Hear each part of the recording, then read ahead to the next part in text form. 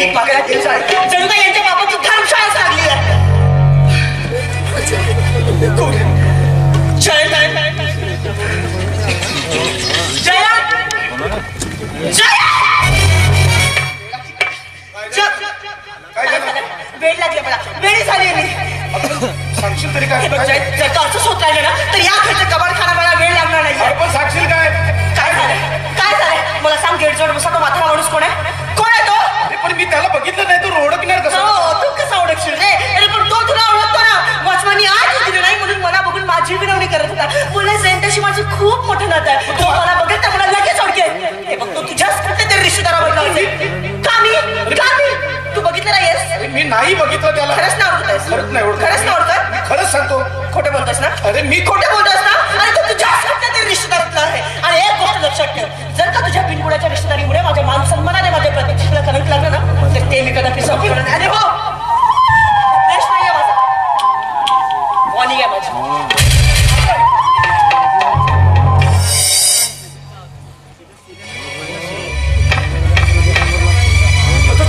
नालायक माणसाला माझं डोकं खाऊन घेतलं. आता मी ज्या माणसाला बघितलं नाही त्या माणसाला ओळखणार तरी कसं? कोण कुठून? हे माझी हो नका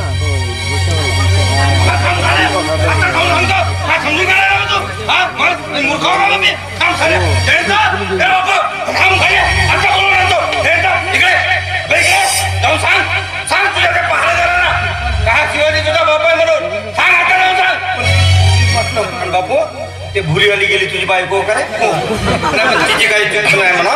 ओळखला पाडा शिवाजी तुझा बाबा म्हणून. पण बाबा तुम्ही असे अचानक आता तिकडे गावाकडे म्हणच नाही लागत बेटा. आता तुझ्याकडे जाईल म्हणतो. तुम्ही आणि इथं? हो बाबा हे कसं शक्य आहे? म्हणजे माझ्या पिण्याचा त्रास असेल ना. घरी नाही पेलो म्हणजे झाला. पण बाबा मी तुम्हाला कसं समजावून सांगू तेच कळत नाही. बाबा तुमचं इथं राहणं शक्य नाही म्हणजे नाही. तातूर बुतूर काम करतेस तर बापू काय झालं? कुठं जाऊ मग मी? हे बघा मी तुम्हाला सगळं काही व्यवस्थित सांगितलं पण आता तुमचं इथं राहणं शक्य नाही बाबा. मग कुठं राहू? आता ते मी सांगू असो हो सम बाबा मी काय म्हटलं तुमच्या राहण्याची व्यवस्था करून देतो. आपलं ते आउट हाऊस आहे त्या आउट हाऊस मध्ये तुमच्या राहण्याची व्यवस्था करून देतो. तुम्ही निवांत राहा तिथं. ठीक आहे म्हणून बाबांना घेऊन जा आणि आरामात ठेव. ठीक आहे हो बाबा. 200 रुपये असतील तर देणार. आता ते कशासाठी? आता बहुत दिवस झालं नाही घेतलो. कंदील बाल गेलोच नाही. कुठून आले? ठीक आहे एक काम करा 200 नाही 500 घे. दिसा एक महिना दिसायचं ना बाबा. म्हणून 10 रुपये चिल्लर दे का ना अंडा खाईन म्हणतो. देवा काही एक काम करा. ठीक आहे होते बेटा होते मनोज होते बेटा होते. 510 रुपये भेटले. हो जोरदार बापरे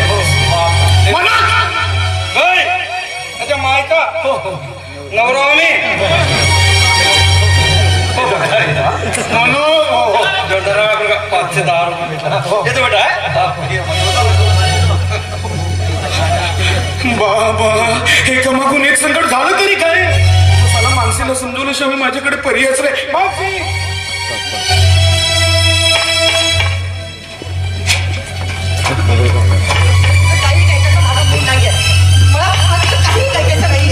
हो मला वाटतं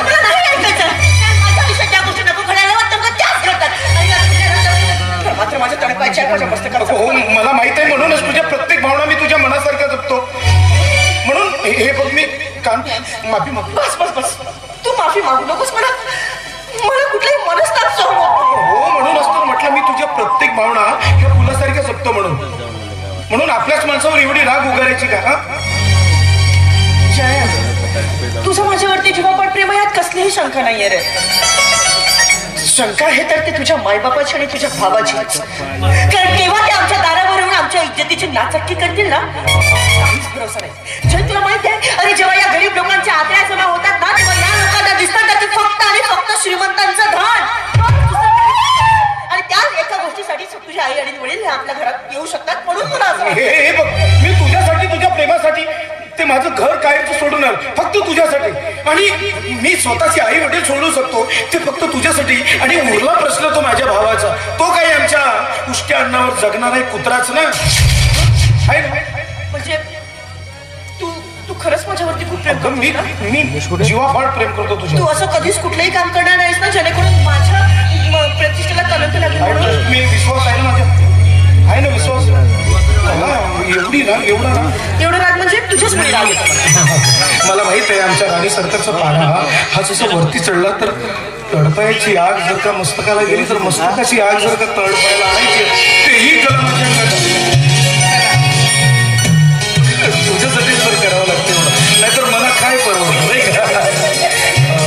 तुला माहित आहे मानशी, अगदी निसर्गाला ज्याप्रमाणे रंग हा हवासा वाटतो त्याचप्रमाणे त्या फुलांना देखील गंध हा हवासा वाटतो.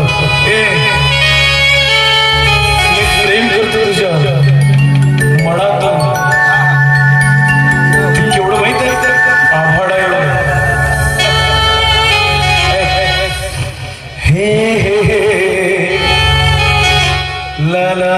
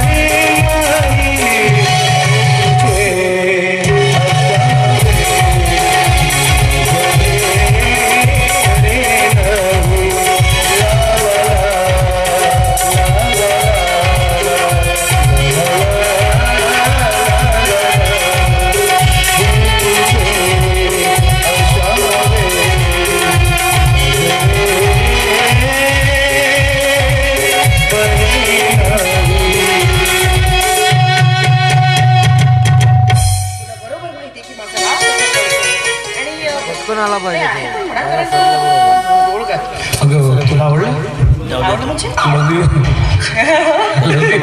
आणि मी काय म्हटलं मला माहित आहे वर्षानुवर्षाचं आपलं प्रेम आहे आणि तुझी तडपायची आग जी मस्तकाला गेली आणि मस्तकाची आग तडपायला कशी आणायची तुला माझ्या तुला कितीदा सांगतो की माझा फोन व्हायब्रेट म्हणून. हॅलो हा सर हा हा हा सर बोला. हो हो हो हा सर ठीक आहे ओके ओके जस्ट मिनिट. हां अगं मी काय म्हटलं आज आपल्या ऑफिसमध्ये मुंबईवरून साहेब आले आणि त्यांच्याशी माझी मीटिंग आहे तर मला तू त्यांना सांगितलं नाहीस मी घरी आहे म्हणून.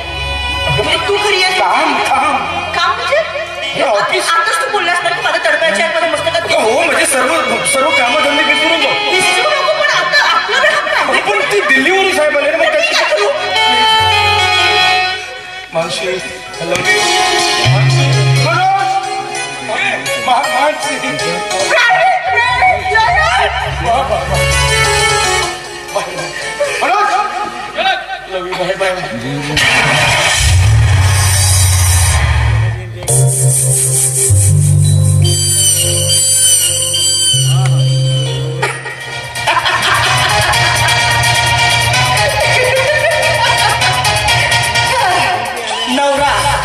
नवरा असावा तर असा म्हणजेच बायकोच्या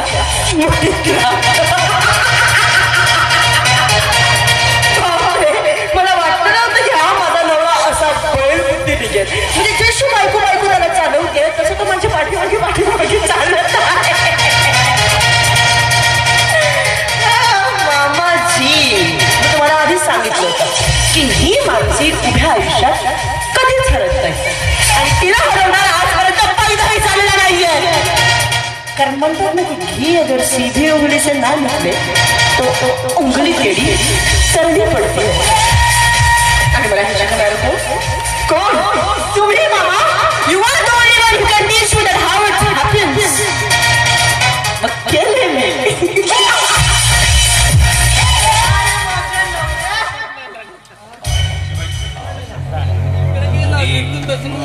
तरी मला वाटलं होतं पाणी कुठं ना कुठं तरी मुरत पाणी पुरत चाललंय वाटलं आता काय सांगायचं बाशीबाई ते आपलेच दात आणि आपलेच मानसी अगं तू तुझा नवरा अगं आपल्या घरच्या पैशाने स्वतःच्या मायबापाचं घर बरं चाललंय ना.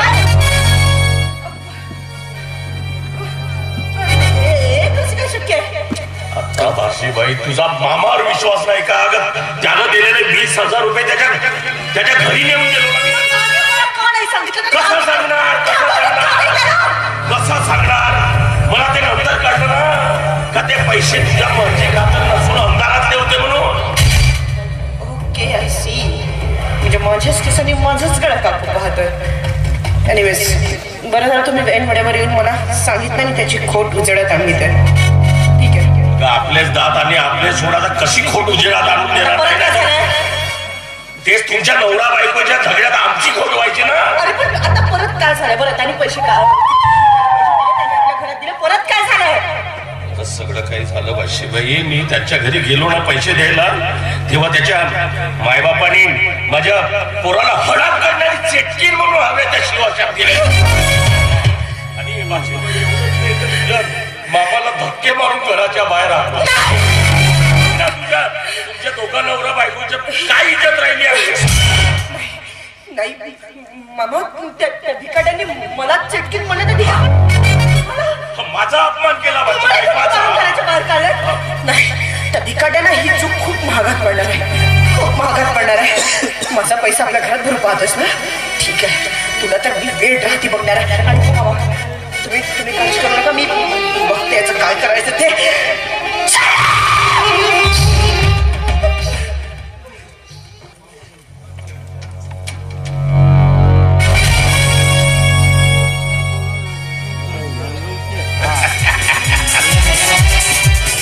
जयदनी स्वस्त बसणार नाही. साला एक ठिणगी टाकली आग लागली. अरे मानसी मी तुझा मामा आहे मामा शकुनी मामा. आता तुझ्या साला कुपुत्र माझ्या सुपुतीचा डाव मारून टाकून एका दगडात 2 पक्षी मारणार आहे, 2 पक्षी. आणि ए शकुंतले, साला या दत्ताजी वाघाच्या जपड्यात कोणी हात घालतो ना, त्याला तो पक्ष केल्याशिवाय सोडत नाही. आता बघ, माझ्या या चालाक्या बुद्धीनं मी तुझ्या संसाराला आग लावणार आहे. आणि मग त्या आईच्या शेकोटीवर हात शेकत बसणार आहे. मामा